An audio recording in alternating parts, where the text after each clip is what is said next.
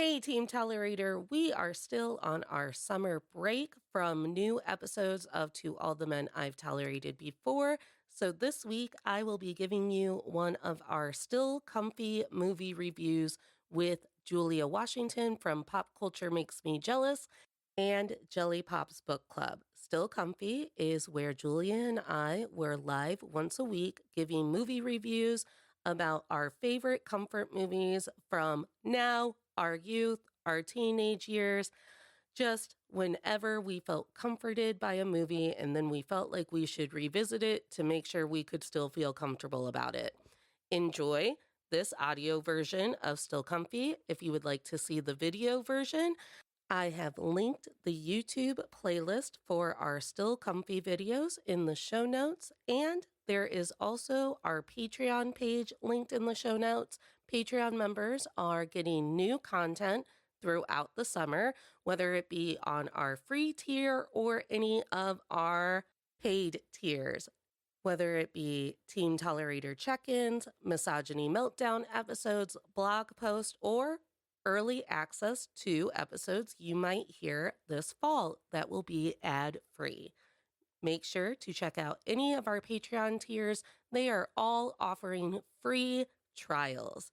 Have a great summer. I will see you this fall with all new episodes of To All the Men I've Tolerated Before.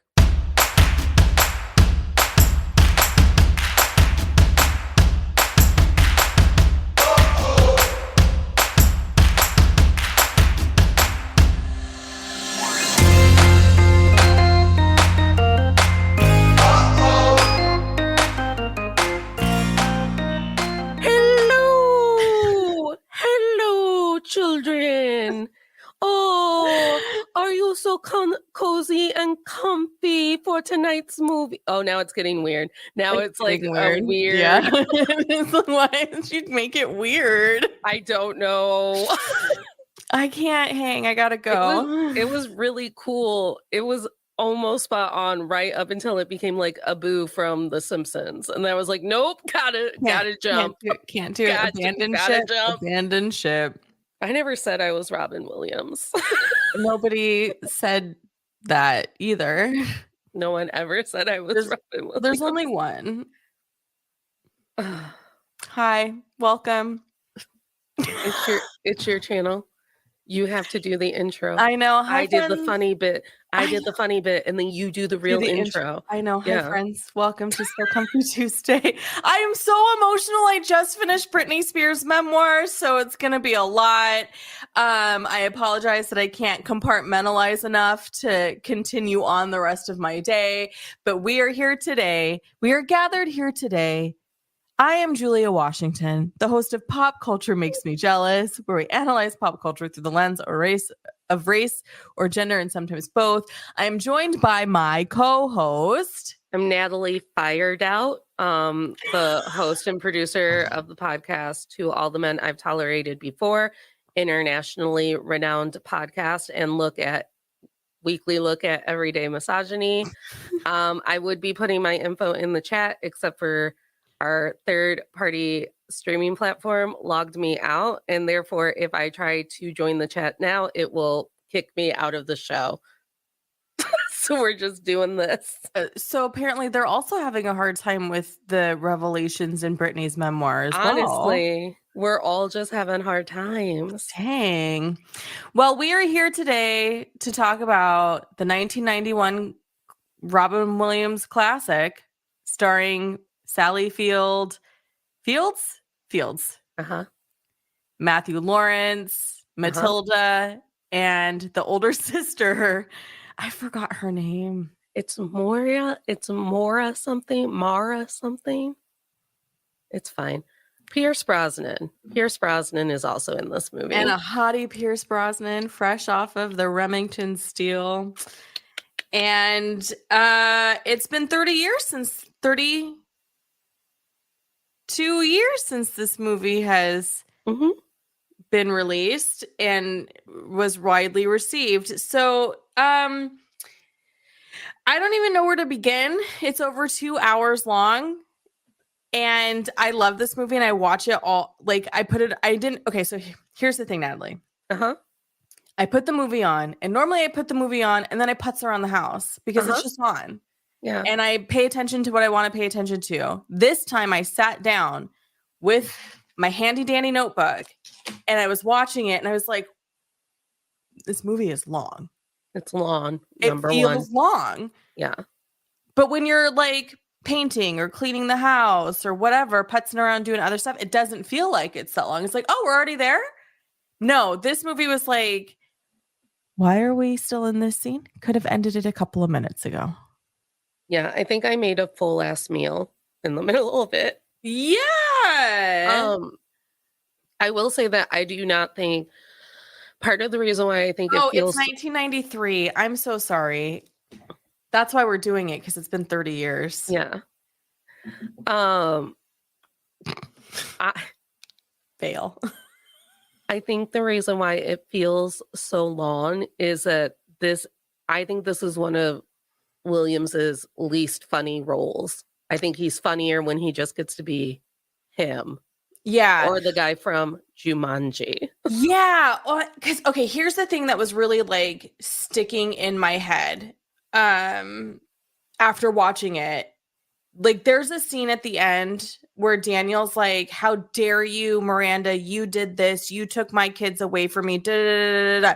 And the whole time I was like, and during the whole movie where I'm actually paying attention to it versus having it on in the background and enjoying the bits that are fun, it's, why is this Miranda's fault? Why is Miranda the bad guy? Why is Miranda the one who is being treated like all of this chaos is caused because of her? Right. Yes, she initiated the divorce, but sir, you brought barn animals into her fucking house. Right. And you never took any responsibility. And she initiated the divorce, but she didn't decide that you were an unfit parent. The court did. The Because court did. you had no house, you had no job. And so they were like, where are we supposed to give these kids to you half of the time? And not only that, once you've lied and tricked everybody by pretending to be an old, maybe Scottish, kind of English woman, you're upset that the court has decided that you probably need to have supervised visits with your children. Yeah. I mean, I don't know where if somebody, as a person who spent a lot of time in family court, you best believe I would not have said, oh no, sorry, I've had a change of heart. I think it's fine. Give him 50% custody. I'd have been like, I would like to know weekly updates to ensure my child's safety. Thanks. Thank you. So that last court scene where his custody is like fully revoked. Yeah. It's such a tricky court scene for me because yes, he lied. And yes, he tricked everyone. And yes, there is just cause to like question his like supervision of the children. But instead of leaning on you made the court mistrust you, you're a liar. How is she supposed to feel safe if you went to these extreme measures to get back into a home that you were not welcomed in? Mm-hmm. They just like lean towards like you're a sexual deviant. Right. Cross-dressing. I was like, oh, I started this movie and I was like, that's right. This movie is like one of the first times that I saw like a healthy gay couple on screen. And I was like, look at those two. Yeah. Loving Broadway, making shit out of plaster. Yeah. And then by the end, I was like, this movie is transphobic as fuck. Yeah. Which TikTok had told me. But it's all of that. It's all of the like little things where it's like, this is how we justify that he's a bad man. Right. And like Matthew Lawrence's immediate transphobia is what kills me. Yes. Yes. When he's like, don't touch me. Yeah. Like, I get that you're there, but don't, and it's like, I want it re-edited. Like, don't remake it. Just re-edit it. Because you could re-edit this movie where you do remove the transphobia and also some of the other parts where you're just like, why is this scene still going? And again, I think that Tootsie and Mrs. Doubtfire get away with having modern day musicals currently in theaters. Mm-hmm. Because they're like, well, Tootsie and Mrs. Doubtfire weren't trans. They were in drag, because we don't Mm. say cross-dressing anymore, correct? We don't do I, that? I honestly don't know. So they were in drag. And I was like, okay, but drag is also seen as in these movies as like a sexual deviancy. Right. And we're already fighting so much in this country about like being allowed to go to drag shows and drag people being safe at your library and Mm-hmm. being safe in your bars where your children have no reason to be, but Right. you're still mad. Right. And so to be watching Mrs. Doubtfire, and I'm like, oh God, they didn't even, at no point did they say, this is because you're a liar. They were just like, we're just really, you need a psych eval. You put on a dress one time. I'm like, no, it's so homophobic. You know what's interesting, Natalie? Because my takeaway this time, I superimposed the liar part. Mm-hmm. I always just included that in the resolution of the film where he's getting reprimanded by the judge.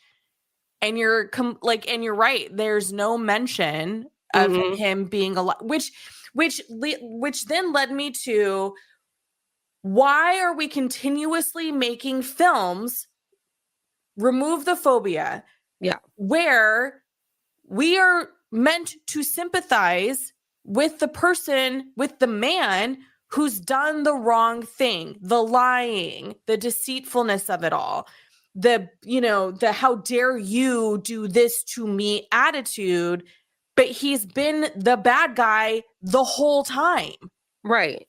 And I think I write on my notes, and then at the end of the movie, he still wins. He Just like wins. fucking Justin Timberlake. Sally Field feels bad for him. She goes to the judge of her own accord, and he gets to be on TV. What? And her kids are even like, how dare you do this to dad, mom? And it just really broke my heart, because it's like, that's an opportunity to be like, listen, I love your dad. He did it to himself. He Yeah. did this to himself. I can't. And I loved her speech when she's like talking to Mrs. Doubtfire, when he's like prodding her about what went wrong. And she's like, I didn't like who I was becoming with him. I'm Mm-hmm. the heavy. I'm the one doing the discipline. I'm the one doing all these things. And he gets to be the super fun guy. And I don't like that. I want to have fun with my children too. And I thought, thank God they gave her something that's, kind of redeeming, but still she's the bad guy. Also, sorry, pause. Hi, Hi, Mario. Welcome to the Mario. show. We're so glad you're here. And friends, if you are watching us, we don't know you're here unless you tell us in the comments. So drop a comment in the comments. Welcome, Mario. Welcome, We Mario. always enjoy your presence. Mario, how old were you the first time Mrs. Doubtfire made you uncomfortable? Because I think there's a good point in saying that, like, when we were kids, I do believe, because we were children of the, 90s. Yeah. So I do believe that it was very easy to watch those court scenes and go, oh, they're mad at Robin Williams because he lied. And like Yeah. the homophobia and the sexual deviancy. But Completely. Yeah. the thing that I think it made it click in my head is every time I hug my children, the like the court appointed babysitter looks at me like I'm a Yeah. deviant. And I was like, oh, Yeah. because that's how they would immediately assume a man who, because it's also a lack of nuance on the general public's part Mhm. too. He wasn't a man who was wearing a dress for drag or to be in some sort of counterculture or queer culture or anything like that. He was taking an extreme stance to gaslight the mother of his children and his children to Mhm. get to continue to be in their lives, which is bad. It's Mhm. bad, but it's not part of the queer community, and that's what they made it out to be, Right. which Right. then plays into a lot of the queer community is full of predators. They're liars. They're trying to trick you. Men who are going to be in drag, that's what they're trying to do. They're trying to trick you. They're always Mhm. making fun of you. But they give us a little bit of allyship through the representation of his brother and his brother's partner, Mm-hmm. because you can't help but not love that couple. They are just so It's honestly probably my first exposure to a queer couple, a gay Uh-huh. couple, because I was 8, 9 when this movie came out. So like that to me was like, oh, I love these men. Like, who are these men? I love them so much. And it wasn't like oh, I love them because I want to be with them kind of thing. And there's like a sexual awakening component. It was like, oh, they're fantastic. Mm-hmm. How do I get into their sphere? Honestly, I So it love, really does like blend, it like conflates the two in a way that is just not okay. which is how we used to get away with casual sexism, homophobia, and racism in the Right. 90s. Absolutely. Yeah. Because we were like, you can't call us homophobic. Look how nice the gay guy was. Mm-hmm. And then they like put the actual representation on a pedestal. And it's like, but 10 minutes ago, Mm-hmm. it's. And my favorite part, I think, of the whole movie is when they're trying on the different faces of him, because there's never a moment of toxic masculinity where he's like, no, if I'm going to be a chick, I want to be prettier or like anything like that. It's literally they put a mask on him Mm-hmm. and then he's Barbara Streisand for 30 Mm-hmm. seconds, or Mm-hmm. he's Yentl from Yenta. Yenta from Fiddler. I was just going to say Matchmaker, and I'm like, no, that song is part of a full musical. Yeah, yeah. That's probably my first interaction with. No, my grandma used to make us watch Fiddler on the Roof all the time. But like that's the most fun part of the movie. It's not. I think that they really thought, and it probably was the most fun part in the movie in the early 90s, that Robin Williams pitting himself up against Pierce Brosnan while in an old lady dress was supposed to be the fun of the movie. But I was like, Right. this makes me feel so gross Yeah. because he's interfering in a relationship that he would not have access to Mm-hmm. because he's lying. Like, Yeah, and in lying in such an extreme way. And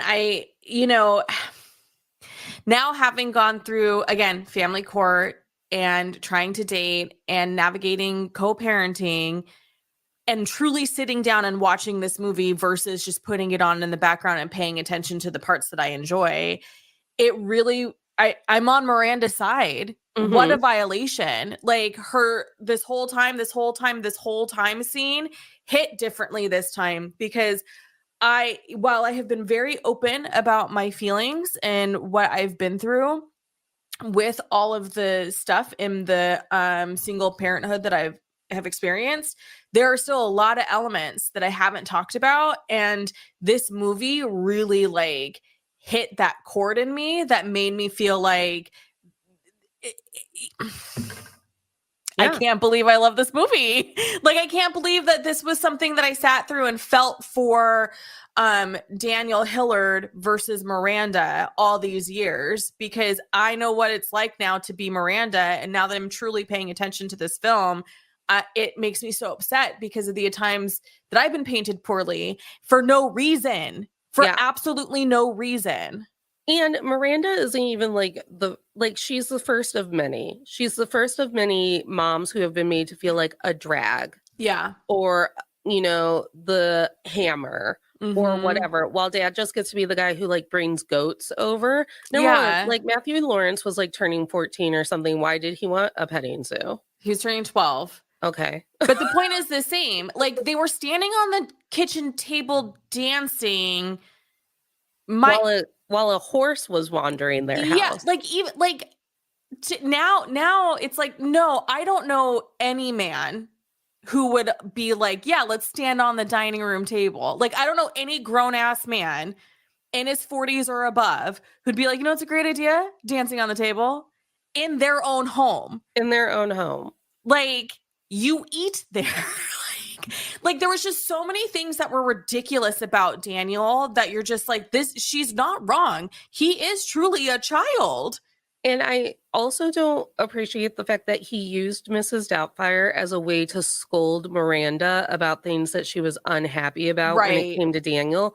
She's about to talk some mad shit about him and to Mrs. Doubtfire, and he's like, "Oh dear, I know that you wouldn't talk badly about the children's father while they're in the room. Why don't we send them upstairs?" I was like, 3 minutes ago, 3 minutes ago, you literally told baby tiny Matilda that you were going to poison her mother with dysentery. Right. Yeah. Right. And that's the other part of it too, because he's allowed the space to talk poorly of their mother, wish her dead, terrify the 5-year-old, because 5-year-olds don't want their, like, the concept of that, like, that's scary. Mm-hmm. Oh, it just made me so frustrated. And I think like it's like there wasn't enough shirtless Pierce Brosnan for this, guys. also, because it's been a while since I watched the movie, I thought I remembered Pierce Brosnan like being a jerk. And I'm like, no, here he is. Delightful. Just a really nice rich guy. Yeah. just the guy she should have married. Mm-hmm. And so that first scene, because truly the only thing that we know about Daniel before the divorce goes down and we're supposed to take his side, that would make him quote unquote a good responsible father is that he doesn't want children to think smoking is cool. Right. Like I was like, because he's a good man. Yeah, in California, I'm trying to think of when it was outlawed, but I have memories of being asked smoking or non-smoking when I was growing up. I don't think it was outlawed until I was in college. For your state where you were? Because in California, I feel like was one of the first ones. Because I remember Seattle outlawed it like in the early 2000s, I want to say. Yeah, so I would have been going to college 2007 to 2011. Yeah. And I remember walking into restaurants that still smelled like smoke, even though they no longer had a smoking section. Yeah, I mean, this house that I'm in, the original owners were smokers, and somebody removed some of the popcorn ceiling, and now one of the rooms smells like smoke. It lasts forever. It's not great. Okay, do you want to know the value of the home? Because she gives a real address for their address. Like that's a real house. Oh yeah, a real address.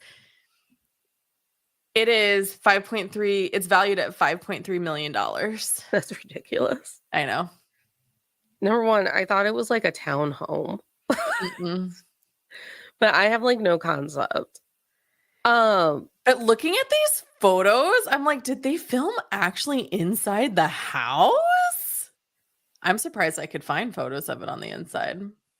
Anyway. Also, I think we're supposed to find him like really redeemable and commendable because he becomes the partner she always begged him to be through his series of lies. And as we know, I'm fucking tired of that narrative. Yeah. I'm tired because he says, we'll go to family counseling. And she's like, no, it's too late. I'm done. I need to be done. And that's never respected when it's the woman who's like, no, I'm done. And it's always because, and for him, it's out of the blue. And it's always, the suggestion of therapy is always out of desperation. And it's never truly valued because therapy can be really healing and either bring you back together or highlight that maybe it's time to be apart. But when it's thrown out like that, when you're trying so hard, when you're just like, this is exhausting, I can't do it anymore. The lack of recognition that he is draining his wife. And then let's do therapy. It's an empty solution because he's not willing to change. He just doesn't want his life to change. Well, and the whole thing is like her greatest sin is that she took a grown-up job because he was never going to. Yeah, like, she had a viable career that she could have moved forward in because you can't keep a job. Yeah. And it's not like he's a marginalized person who's facing like prejudices at work, which is rendering him constantly looking for new work. He is doing things like, well, I can't, and cool, whatever. You can't morally encourage children to smoke. Got it. Good for you. But I truly and I would be real interested to know, how often do you take a voiceover job where you didn't know that was coming up and could have had a discussion with someone? I mean, I've been given a script in advance when I've done voiceover work. Right. So I don't know what 1993 was like. I Yeah. do know that in like the heyday of the radio, you were given the script like minutes before you had to go on air, but that was, 90 years ago. Well, and then like there's so much there's so much about the like 90s mother in films. Honestly, Mhm. Jules, you should do Mhm. an entire season about the I was 90s actually mother, just thinking that, yeah. about the like 90s mother. Mhm. Um because the only movie I can think of where the dad is like really fucking a drag is Beethoven. Mhm. Because Bonnie Hunt, you just can't bring Bonnie Hunt down. No, you sure can't. You sure can't. So it's literally Beethoven. Yeah. Another note I wrote down was Daniel's mad at Stu, hates his situation, but it's completely of his own doing. So Yeah. like you hate a man that's better than you, who's better for your like I'm not going to say he's better for his children, but like there's definitely a stability. Yeah. Am I boring you? No, I have itchy eyes. We know that I'm struggling today. Oh, I'm sorry. That was rude. And it just I hate it. And you know this. I hate when you have non-married couples dating who are co-parenting and then the other partner is like unnecessarily mean to the new partner. Like Yeah. there's no reason for it. Like He's just a man. He didn't like, it's not like he came to town and then Miranda like had a couple of meetings with him and then was like, I'm going to divorce Robin Williams. right. She went home, divorced him, and then Pierce Brosnan came to town. And I was like, yeah, that's what's supposed to happen. Yeah. And man, I was like, Pierce Brosnan, you're so cute. Also, like I forgot how much I loved 90s Pierce Brosnan. We love 90s Pierce Brosnan. Like early 90s, like late 80s, early 90s, because we used to watch Remington Steele all the time. And I'm wondering, so then it got me wondering, like, do I continue to watch this movie? Because I love Pierce Brosnan's character. Like he recognizes and understands, like he's so controlled in a way that doesn't, I don't know, it doesn't feel stuffy to me. It might feel stuffy to other types of people, but I Mm-hmm. also grew up in a stuffy environment. So like when he's talking to the guy at the pool and he's just like, yeah, great kids, blah, blah, blah, all this stuff. And the guy's like, are you kidding me? Like you never wanted kids. And he's like, yeah, but sometimes you change and these kids are amazing. And like, what am I going to do about that? Because I really like their mom and she comes with kids. So I've changed. And Like, then Robin Williams throws fruit at him. yeah. And it's like, I'm sorry, are you threatened by a man who has his shit together? Is that it? Yeah. And Because the difference is Robin, you're not even like Daniel, you're not even trying to get your shit together. Like if he was trying to get his shit together, then then I'd be like, yeah, okay, I'm trying. Like I'd be mad too. Like I'm fucking trying, homie. But he's not even trying. He's being deceitful. yeah. That is what he's doing. Yes. Well, and Just try. well, it's the same thing about like on our Britney Spears episode that dropped today when I'm like, well, they want to be a father right up until it comes to parenting. Mm-hmm. Like he wanted to be the goat guy. Yeah. He didn't want to be the guy making dinner. And then he ends up being the guy that makes dinner and he realizes, well, I guess if this is the only way that I'll get what I want, I'll watch the Amish cooking channel and figure out how to roast chicken. And it's like, I refuse to have you feel commendable for that. Like you're not Yeah. making sacrifices. Yeah. Like, see how hard your wife has Also, been. Go ahead. your wife is paying you to take care of your own children and you're accepting that money. I did the math. It was $1,500. It's $15 an hour. So in 1993, he's making $15 an hour to watch his children. Because she's like, Watch his oh, own kids. $300 a week. So it's like, okay, $300 a week from 4 to 7. That's like roughly 20 hours, right? Mm-hmm. So this man's making $15 a week in 1993. to watch his children. To watch his own children, to make them go in their room and do their homework while he plays air guitar. Mm-hmm. Mhm. With dude looks like a lady playing in the background. Which, as we know, I love Aerosmith. I But know. that's not a great one. Mm-hmm. That's not a great one, Steve Tyler. Mm-mm. Yeah. But and and then he ropes her two oldest kids into it. And it's Mm-hmm. like, when has the call ever been lie to your other parent so this can continue to go on? Right. Because again, he's the victim. Mm-hmm.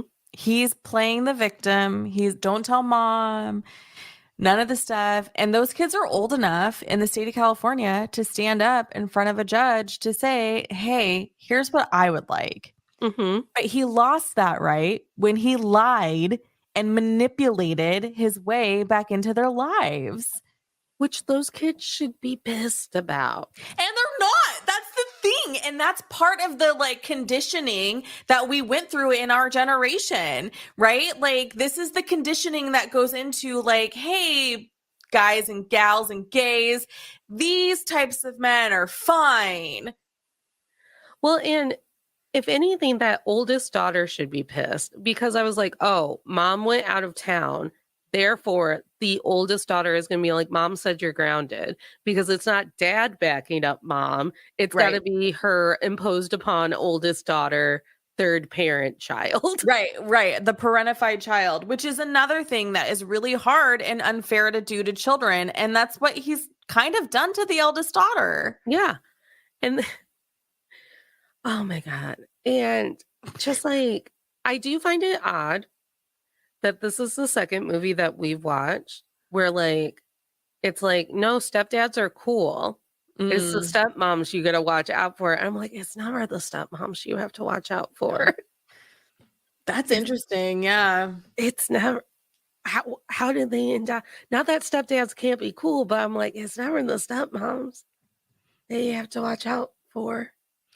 Yeah, that's interesting. I wonder if that's because they're trying to normalize stepdads because stepmoms Maybe. are so common. I mean, I have more stepmom stories in our family because people have died in childbirth or, what have you throughout our family history than we do stepdads. Maybe.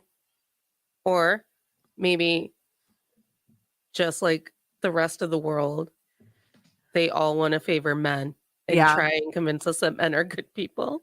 I mean, Disney hates women. Disney hates women.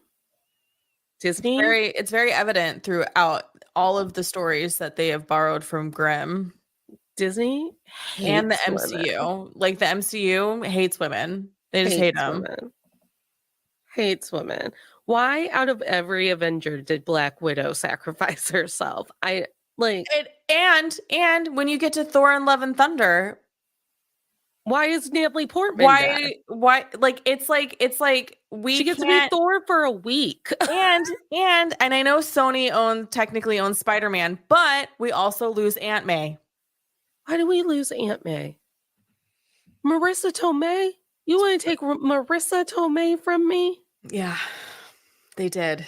And I From cried. Pappy? And From Pappy. I was livid. And then after my son and I saw Love and Thunder, he was like, Disney hates women. And I was like, I'm so glad you got there on your own. Yeah, look at that. Have you noticed that they've been murdering mothers for decades? Decades. God, I saw a Finding Nemo's TikTok. mom had to be eaten by a barracuda. I saw a TikTok of these people who dressed up as all the murdered moms in Disney movies. Yes. Did you see it? For the Halloween bash or whatever it Yeah, is? yeah. Yes. It's That's like, yes, perfect. justice for moms. But also there were dads too, because it was like Tarzan's dad mauled by a tiger. Oh, that's true. Yeah, that's right. But anyways, what I'm saying is, and I think what makes me so sad is that this is the one that I like returned to Robin Williams with, I because I have know. such affection for Robin Williams. You know what? I owe you an apology because I knew it and I still forced the issue and I knew that you hadn't seen anything since. Yeah. Because I wanted to do Hook. That's what I wanted to re-enter Robin Williams with. Not even Aladdin. Why didn't we do Hook? I think we were supposed to do Hook, and then I think it ended up getting shuffled around, and then it Got dropped on accident, it maybe. just got, yeah, it's on our list. It's on our list. Yeah, that would have been a good one to do for spooky season. Yeah. And then I did Addams Family because I knew we had Mrs. Doubtfire come out, which Addams Family was a bop. Yeah, it was a great film. So what we're learning is that all of Natalie's picks hold up, and all Oh of my God, my picks. it is always your picks. It But is always my picks. This is why I'm like, I have so much deprogramming to do, and it's been taking for fucking ever. It's gonna take the rest of my life to deprogram. but next week we're doing Sister Act 2, which is technically your pick on my channel. That's one of my favorite movies in the entire world. It's And I can't everyone's wait. favorite fucking I movie. can't wait. And I And can't I love wait. original Sister Act. I love the original one too. I like the second one better than the first one. Everyone likes the second one better. The music's better. Well, and Lauryn Hill. And Lauryn Hill's in it. If you wanna be somebody. Somebody. Oh my God! If Next you week you're wanna gonna have get to. somewhere. Next week we're just gonna sing for an hour. You better wake up Ave and pray. Maria. Can't wait! I can't wait! I can't wait! It's gonna be great. Hallelujah. No, honestly, part of me is like, do we watch both? I mean, yeah, but I'm just gonna talk about the second one. That's fine. I'm gonna want to watch both. I'm so excited for the third one. That's not why we're here, though. That's not why we're here. We're here to be mean to Robin Williams, which feels terrible. I because know, he and was- it's like, is it even his fault? He was best friends with my favorite gorilla. Okay? He was best friends with my favorite gorilla. And I know that that man was a good man. I know that that man was a kind man. There was some kid who loved him in Jumanji or something, and he became that kid's pen pal. There's a book, There's a book. Alias Madame Doubtfire, Oh, it's based on a book? that this is based on, which was written by a woman. The screenplay is written by a woman. 2 women worked on the screenplay. Crime Against Women. So now we have to take it to Jelly Pop's book club so we can do a book to screen adaptation, Mm-hmm. side by side comparison. Because I wonder Oh, if like Robin Williams is a producer, so yeah, I guess he is to blame partially, Robin, according to IMDb.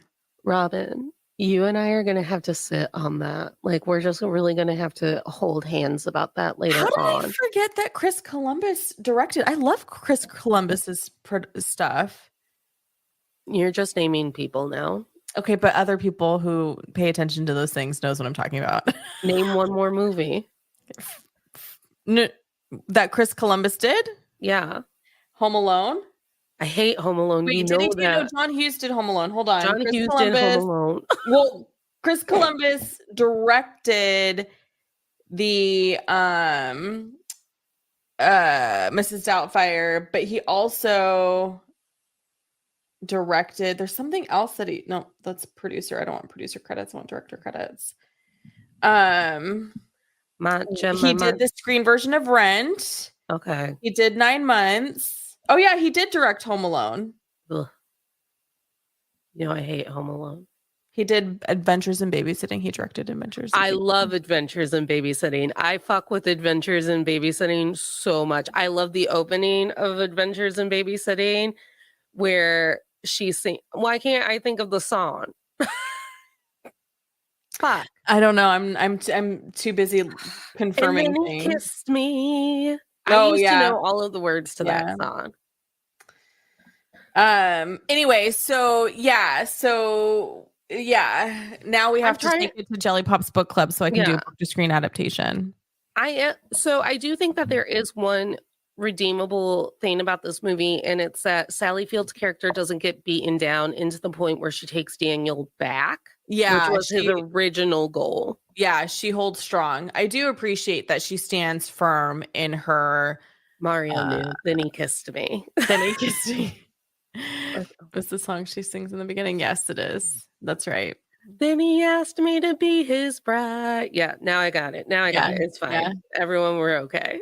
The three of us between the three of us, we know everything about everything. But yeah, Um, we were saying we we absolutely, the fact that she stands her ground in a way that stays true to what she wanted at the beginning of the movie. because there would be like a ton of movies that would be like, and then her and Dan, and then the sequel is her, and she realizes that Daniel had it in him all along to be a good father. And she's like, and I think this is like a great point that me and Stephanie try to make when women who are also mothers are leaving their husbands. And Mm-hmm. then people are like, he could try her. He could wake up one day and be a good father. And it's like, well, yeah, no, that's what we want. But just because he can be a good father doesn't mean it has to be in my house. And he's not been doing it. So, like, if I play the lottery for 14 years and I never win, how is Yeah. that different than waking up and wishing that he's a good father every day? Also, a lot of us get married when we're still really immature. And Mm-hmm. then Sally Field had to mature real quickly because she was with a grown toddler. Yeah. And that happens a lot for women. It happens Mhm. a lot for women. And then again, back to the patriarchy is bad for everybody. So then the guys who do really want to be a good dad and step up to be a good dad, they're also treated like shit because it's not normal. Right.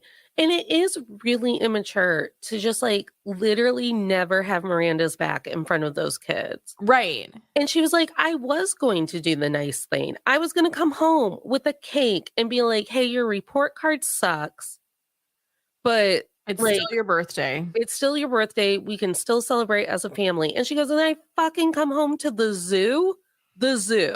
Yeah, And they it's ate her like, begonias. Like, how dare? yes. And it's like, well, that's why we never get on top of anything Mm-hmm. because we're ready to like make a concession in the way that our boundaries are still met and our expectations are still known.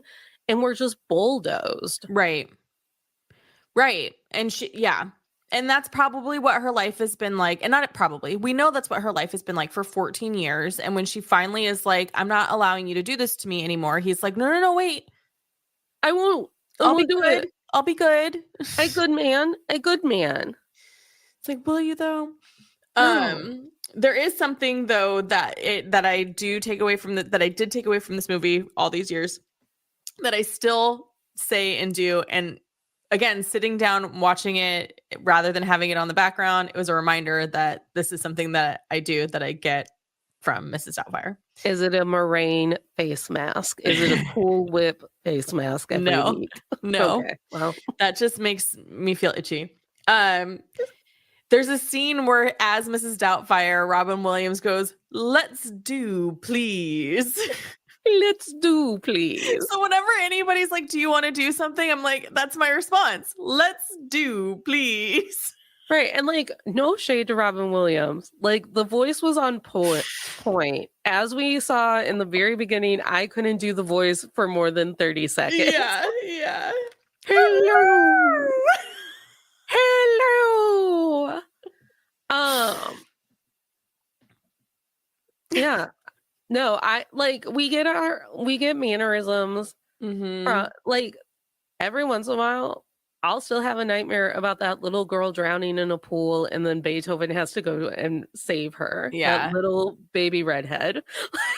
She's so cute. Yeah. We need to do Beethoven. We haven't done that one yet. It's You on the don't list. even like it because it's secretly John Hughes's movie. Maybe it's the sequels I don't like. You like I bring up Beethoven And then I bring up it's John Hughes under his once pen a name. quarter, and then you're like, "That's a John Hughes movie," and I'm like, "Fuck you." I would probably still watch Saint Elmo's Fire if you stop telling me not to. I'm sorry. I'm always like, Let's just add it back to the list. we'll just add it back to Because you bring it up. We need to talk about it. We need to add it to the list. Yeah. I love Bonnie Hunt. I think that Bonnie Hunt should be having some sort of like really big career Renaissance. revolution, like renaissance, like Marissa Tomei. Yeah. And Minnie Driver. She needs to go to the MCU. That's why. Another thing that I wrote down was the fake calls before the Doubtfire call. The what? All of the fake calls that he makes to her before becoming Miss. Okay, but that's here's so dangerous. But also here's the thing. I was like, ooh, discrimination. Also discrimination. Yes, because I was like, I also have so many notes. I'm like, everything about this phone call, like, it's a series of phone calls, and he's like, poor people and ethnic people Uh-huh. and mean dominatrix people. And I'm like, Robin, okay, so there is a comedy special that my mom used to reenact for me that I've never seen. Oh But it gosh. is like Robin Williams doing impressions from around the world. And her favorite bit is French people let babies smoke cigarettes. Oh God. And he's speaking with a French accent, and he's like, why cannot I have my cigarette? The baby does not want the secondhand smoke. The baby loves the cigarette. And he's like putting the cigarette on the baby.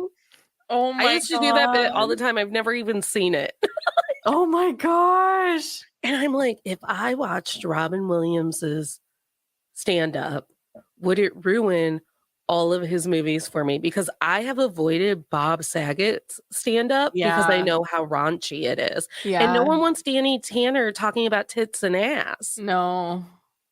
Not That's at not who all. he is to me. No. That's not who he is. No. No. I've never yeah. I don't know. And it just like it felt very It is icky. icky. It's just that casual 90s racism. Mm-hmm. Yeah. Yeah. It's that blurred line that we used to not have in the 90s about like, well, what is comedy and what is punching down? Right. Right. And Because yeah, go ahead. when when Robin Williams became best friends with my favorite gorilla, Coco the gorilla, Yes. he always attributed it to because he's so hairy. And so Coco the gorilla actually wanted to be his wife. Like he's like, so he would do this whole stand-up bit about like how attractive he was to Coco the gorilla. And I was like, that's punching up because you're talking about yourself and Right. Coco the gorilla. I was like, that's funny because that probably is it. You probably are making her like really comfortable because you fucking look like her. Yeah. Yeah. And he was kind to my favorite gorilla. And she was so sad when he died. And um, but then it's like, so it's one thing to be making fun of yourself Mm-hmm. and not making it at the expense of Coco the gorilla. Right.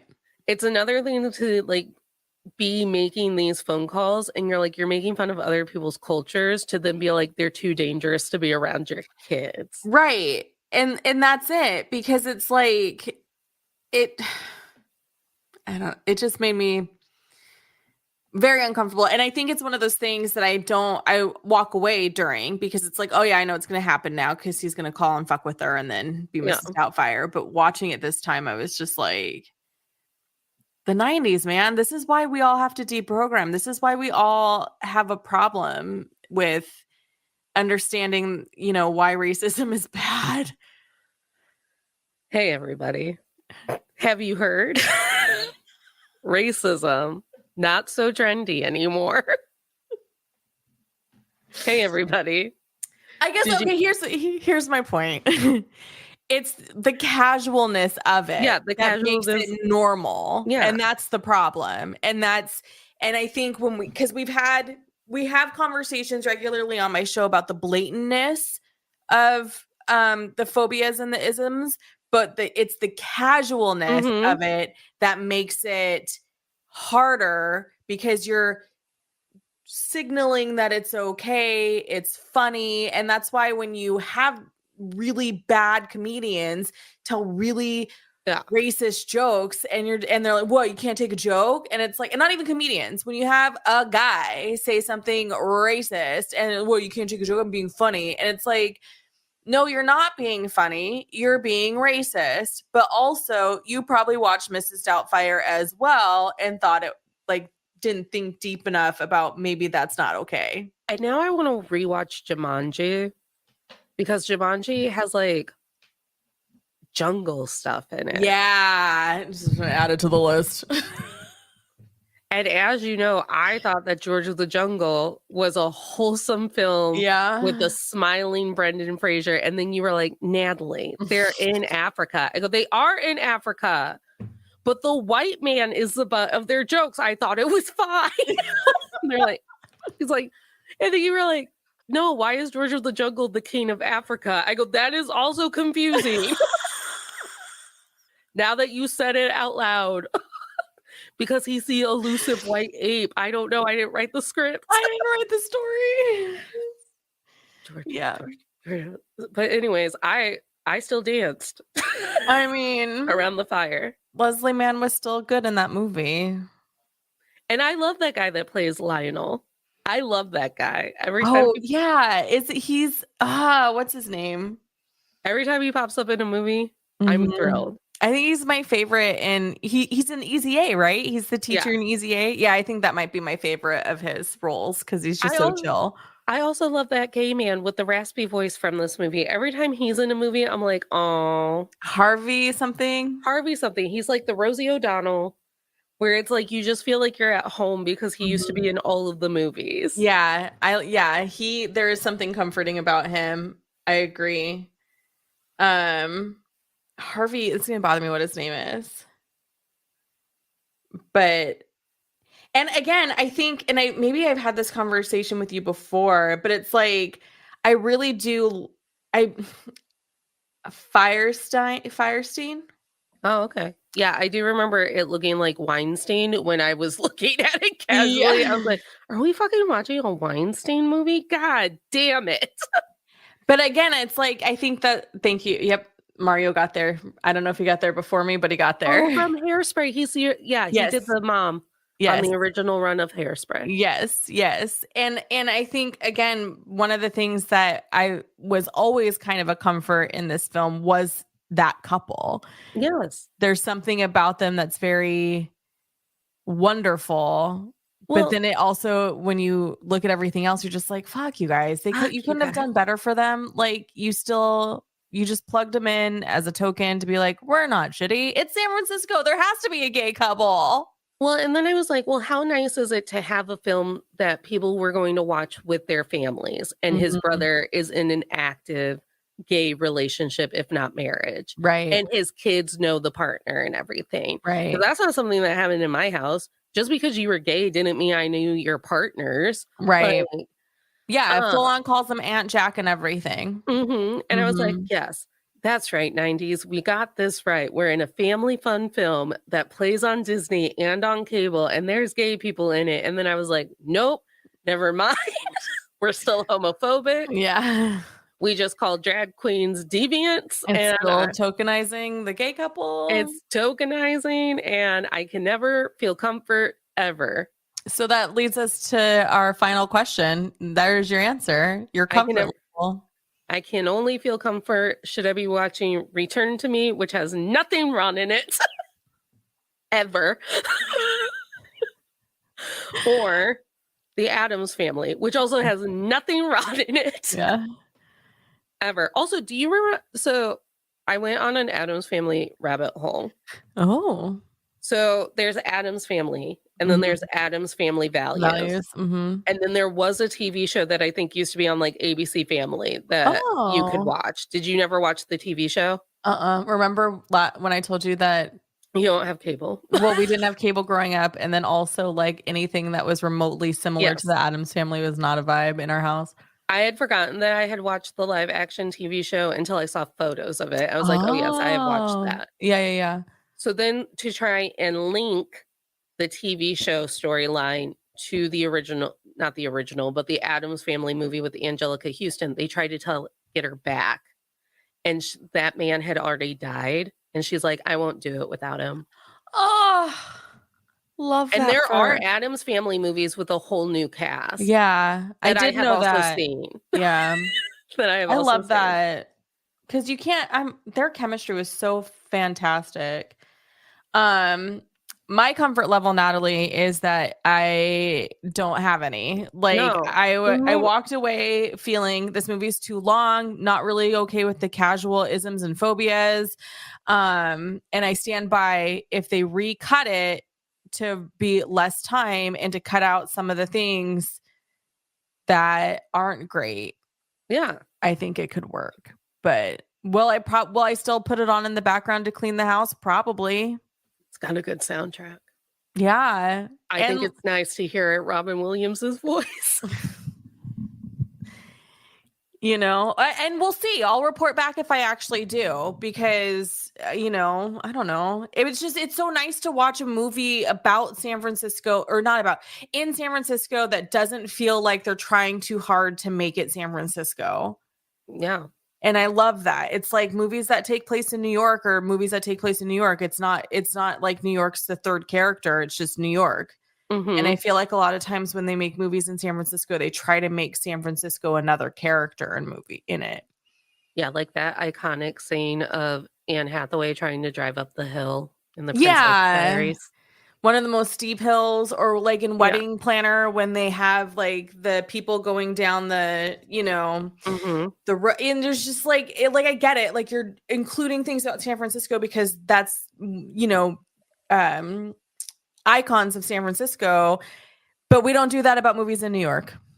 I mean, yeah, No. maybe there's the occasional Statue of Liberty, or like the Brooklyn Bridge or whatever, but like, I don't know. Anyway, plug all your shit. Where can people find you this week? Hi, everyone. My name is Natalie Katona. I'm the host of All the Men I've Tolerated Before, your weekly look at everyday misogyny. This week, we released our episode on the early release date for the Patreon, because today, Britney Spears released her memoir. Do you not have it? I put it in my stack of that I've fine. read. I meant to bring it in and be like, The Woman in Me, prayers up for Britney every day when you have a moment. And it's wonderful. It's really so well good. done. It's so good. So everyone who kept sucking their teeth and being like, but is it? Yes, it's good. It's going to be good. And in the acknowledgement, she even writes, I bet you thought from my Instagram this whole book would be emojis. Because she knows.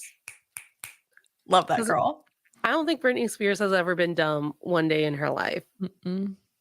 Her and Jessica Simpson got a real raw deal. They sure did. Is that your only episode this week? Is the Britney? Yeah, because I just decided to move my Patreon teaser to next week. So it took the place of my original episode.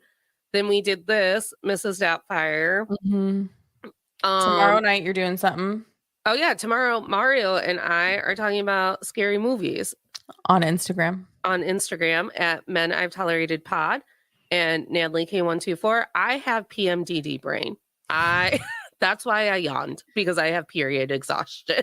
What time are we watching you talk about 8 p.m. movies I'll never watch? Eastern, 5 p.m. Pacific. You can't watch any of the movies that I watched. But I will listen to you and Mario talk about them, because you guys are my friends and I support my friends' work. I believe I was live texting you during one. I was like, you might be able to watch this one. It's just like dinner, but tense. And I was like, oh, they're stabbing. There's so much stabbing, Jules. Oh, there's a gun. And then the other night when you're like giving me updates of what's happening in the movie, I was like, Natalie, I'm a delicate flower. And literally it just went from knocking in the wall. I was like, damn it, I'll hear that in my own house. And I heard it today. And then I was like, well, here's our first spider. And you were like, I'm done. I'm done. I'm just a sad little darling. So yeah, that's where you can find me. We did our episode on The Woman in Me, and the best part is when I start cussing people because I've already believed that you've decided that the book is shitty. Yeah, right. And we will be back in a couple weeks with an episode about the book specifically. Yes. This week, I've got it's a shared episode that we did. Julia Washington, host of Pop Culture Makes You Jealous, where we analyze pop culture through the lens of race and gender, and sometimes both. You can find my episode. We shared it. Natalie does a little, she has things a little different on her show. I encourage you to listen to both. Yeah. Because on Natalie's show, we do some manifestations at the end of it. Jules' show has facts. She puts little news clips in we're gonna do. She reads the internet and is like, Natalie said this and it's true. Yeah. Against all odds. Against all odds. I didn't move my normal episode. So tomorrow, The Great Muppet Caper with Alrenthia Carter drops. It's a good episode. You should tune in because Arinthia is an amazing We love writer and Alinthia. comedian. So I'm so excited to share that with everybody. You know what? We We love the fucking Muppets. Yes, we have actually a lot of Muppets episodes coming out this season. I also host Jelly Pop's Book Club where we read book to screen adaptations. And last week we read Every Summer After, but that is not a screen adaptation, but we made a case for why it should be a screen adaptation. So you can find that wherever you find your podcasts. I want everyone to go listen to it because it's new and I would like more numbers. Hi, everyone. If you could just like click on our stuff, if you could just like Google my name and click everything that you see, just Google my name. We work You want to so see my hard. old high school photos? Google my name. They're probably there. Yeah, we work really, really hard on a lot of things and we network and we do all the things and still here we are. And if you don't have access to The Woman in Me for whatever reason, I think the pre-order book numbers were insane. And 1 hour with Jules and I being like, hey, things were bad for Britney. And if you're still sitting there going, but I don't know if Justin Timberlake was a bad guy, Chris DeRosa and Dominic did Fixing Famous People where they tried to fix Justin Timberlake, even though he doesn't deserve it. It is a very good episode. And once you read Brittany's book, you're going to be on my team and Natalie's team with justice for Brittany and Janet because Justin, not a great guy. Straight to hell. Friends, we are going to be on Natalie's channel next week talking about one of my favorite movies, Sister Act 2. I'm so excited about that. And I think that's it. I think that's all we got this week. So Natalie, why don't you close us out? So remember, everybody. Hey, friends. Hi, everybody. Prayers up for Brittany, wherever you are, whenever you can. Go listen to both of our episodes because they'll be the same but different. And that's comforting. That's what comfort shows are all about, being the same but different. And that's how Hollywood keeps getting us to watch all those reboots. Yes, it is. And most important, hug your mother and tell her that she has always been right and your father's an asshole. And most importantly, stay cozy, stay comfy. See you next time, friends.